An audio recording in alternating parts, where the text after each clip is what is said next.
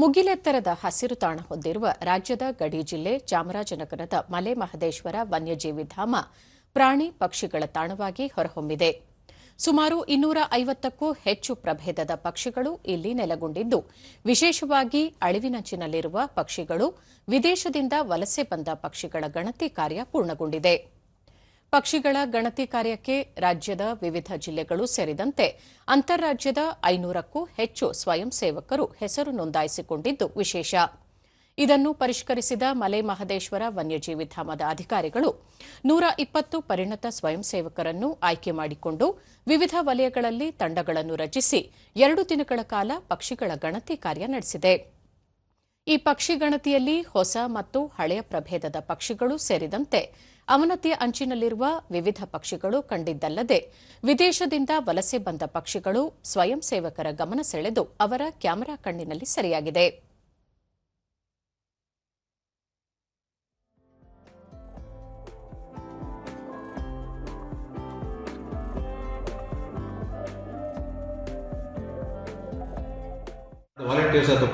ದೂರದರ್ಶನದೊಂದಿಗೆ ಮಲೆ ಮಹದೇಶ್ವರ ವನ್ಯಜೀವಿ ಧಾಮದ ಉಪ ಅರಣ್ಯ ಸಂರಕ್ಷಣಾಧಿಕಾರಿ ಕೆ. ಪರಮೇಶ್, ಪಕ್ಷಿಗಳ ಗಣತಿ ಸಂದರ್ಭದಲ್ಲಿ ಒಟ್ಟು 253 ಪಕ್ಷಿ ಪ್ರಭೇದಗಳನ್ನು ಸ್ವಯಂ ಸೇವಕರು ಹಾಗೂ ಅರಣ್ಯ ಇಲಾಖಾ ಸಿಬ್ಬಂದಿ ಗಣತಿ ಮಾಡಿ ಪಟ್ಟಿ ಮಾಡಿದ್ದು, ಇದರಲ್ಲಿ ಅಳಿವಿನಂಚಿನಲ್ಲಿರುವ 4 ವಿಶೇಷ ಪ್ರಭೇದದ ಹಕ್ಕಿಗಳು ಕಂಡುಬಂದಿವೆ ಎಂದು ತಿಳಿಸಿದರು.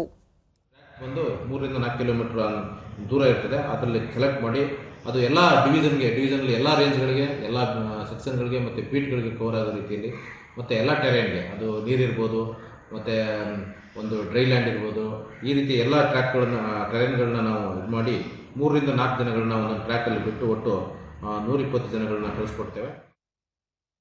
ನಿವೃತ್ತ ಅರಣ್ಯ ಸಂರಕ್ಷಣಾಧಿಕಾರಿ ಬಾಲಚಂದ್ರ, ಪಕ್ಷಿಗಳ ಗಣತಿಯಿಂದ ಮಲೆ ಮಹದೇಶ್ವರ ವನ್ಯಜೀವಿ ಧಾಮದ ಜೀವ ವೈವಿಧ್ಯತೆಯ ಪರಿಸರದ ಅಧ್ಯಯನವನ್ನು ಅರಿಯುವುದರ ಜೊತೆಗೆ ಪಕ್ಷಿಗಳ ಸಂತಾನೋತ್ಪತ್ತಿಗೆ ಬೇಕಾದ ಪೂರಕ ವಾತಾವರಣವನ್ನು ಅರಿಯಲು ಸಾಧ್ಯವಾಗುತ್ತದೆ ಎಂದು ಹೇಳಿದರು.